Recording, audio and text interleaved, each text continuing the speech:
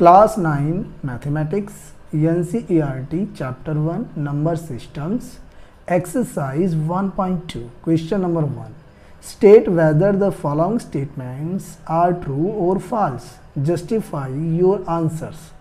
तो इसका अर्थ है नीचे दिए गए कथन सत्य हैं या असत्य हैं, कारण के साथ अपने उत्तर दीजिए। Part 1 every irrational number is a real number. तो इसका अर्थ है कि प्रत्येक अपरिमेय संख्या एक वास्तविक संख्या होती है। तो यह बात सत्य है। कैसे, इसे हम ग्राफ के जरिए समझते हैं।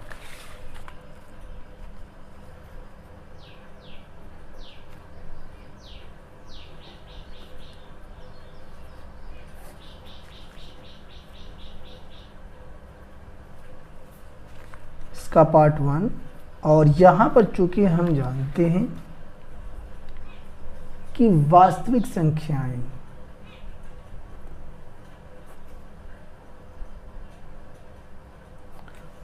संख्याएं जिसे हम रियल नंबर्स कहते हैं,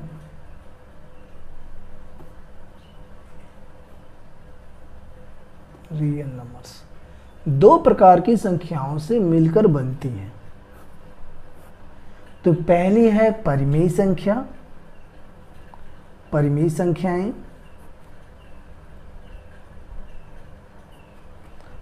इसे अंग्रेजी में हम रेशनल नंबर्स कहते हैं।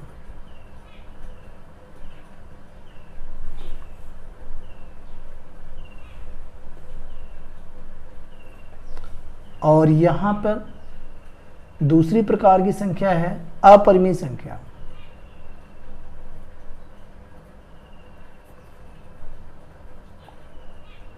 अपरिमेय संख्याएं यानी कि इरेशनल नंबर्स।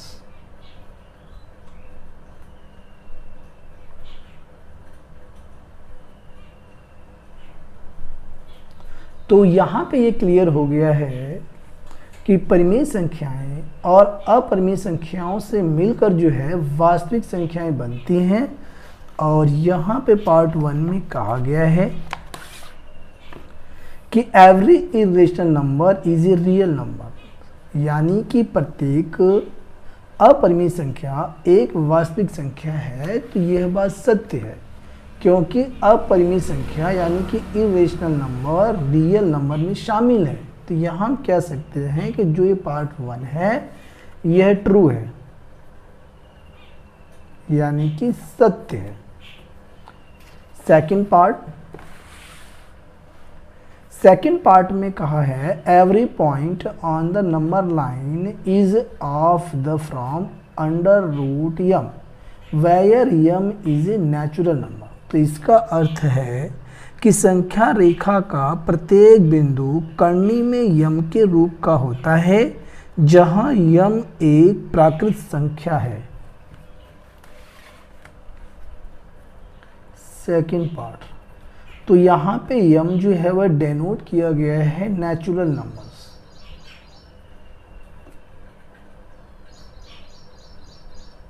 नेचुरल नंबर्स यानी कि नेचुरल नंबर जिसे हिंदी में प्राकृतिक संख्या या प्राकृत संख्या भी कहते हैं। वे कौन कौन सी होती हैं? 1 2 3 4 5 6 7 8 9 और डॉट डॉट डॉट। ठीक है, तो यहाँ पे ये सभी हमारी क्या है? प्राकृत संख्याएं हैं। और ये कह रहा है कि नंबर लाइन पे यानी कि संख्या रेखा का प्रत्येक बिंदु कर्णी में यम के रूप का होता है, यानी सभी जो है अंडर रूट यम के रूप का होता है। ये हमें कह रहा है। तो हमें बताना है कि ये जो स्टेटमेंट है ट्रू है फॉल्स है। तो हम यहाँ बना लेंगे एक नंबर लाइन और इन पर इन सभी संख्याओं को रखेंगे। ठीक है, तो यहाँ पे सबसे पहले 0 और इस तरफ जितनी संख्याएं होती हैं सब पॉजिटिव होती हैं और इस तरफ नेगेटिव होती हैं। तो यहाँ हम 1-1 सेंटीमीटर की दूरी पर काट लेंगे और यहाँ सब दर्शा देंगे 1 2 3 4 5 6 7 8 9। इसी प्रकार आप आगे भी दर्शा सकते हैं। तो यहाँ पे हमें ये दिखाना है कि जितनी प्राकृत संख्याएं हैं ये सभी अंडर रूट यम के प्रकार की हैं, यानी ये सभी जो संख्याएं हैं ये सभी अंडर रूट यम के प्रकार की हैं। ये स्टेटमेंट कह रहा है। ठीक है, तो यहाँ पे हम क्या करते हैं कि बारी बारी से करते हैं। सबसे पहले हम करते हैं ये 1 का, अंडर रूट 1 का करेंगे तो यहाँ पे क्या आ जाएगा, अंडर रूट 1 मल्टीप्लाई 1 यानी 1 ये बाहर आ जाएगा, चूँकि अंडर रूट के अंदर 2 का जोड़ा बन के बाहर आता है। अभी 2 को चेक करते हैं, अंडर रूट 2, तो ये तो बाहर नहीं आ पाएगा, इसका तो जोड़ा नहीं बन पाएगा, तो ये रहेगा अंडर रूट 2 ही। अब यहाँ 3 को चेक करते हैं, तो यहाँ पे अंडर रूट 3, तो अंडर रूट 3 का भी जोड़ा नहीं बन पाएगा, अंडर रूट 3 ही रहेगा। अब यहाँ पे 4 की बात करते हैं, अंडर रूट 4 को जब करते हैं तो यहाँ पे ये 2 गुणा 2 के रूप का हो जाएगा, तो यहाँ पे बाहर 2 आ जाएगा। तो यहाँ पे ये कहना कि ये सारी प्राकृतिक संख्याएं अंडर रूट m के प्रकार की हैं, ये बात गलत है, क्योंकि यहाँ पे 1 जो है और ये 2 और बाकी इसी प्रकार से आपकी और भी संख्याएं मिल जाएंगी, ठीक है। तो यहाँ पे ये दोनों जो हैं ये अंडर रूट m के प्रकार की नहीं है।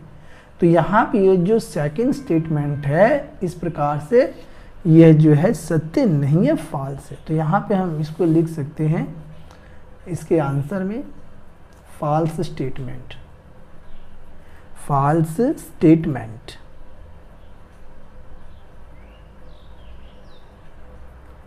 यानी कि असत्य कथन है।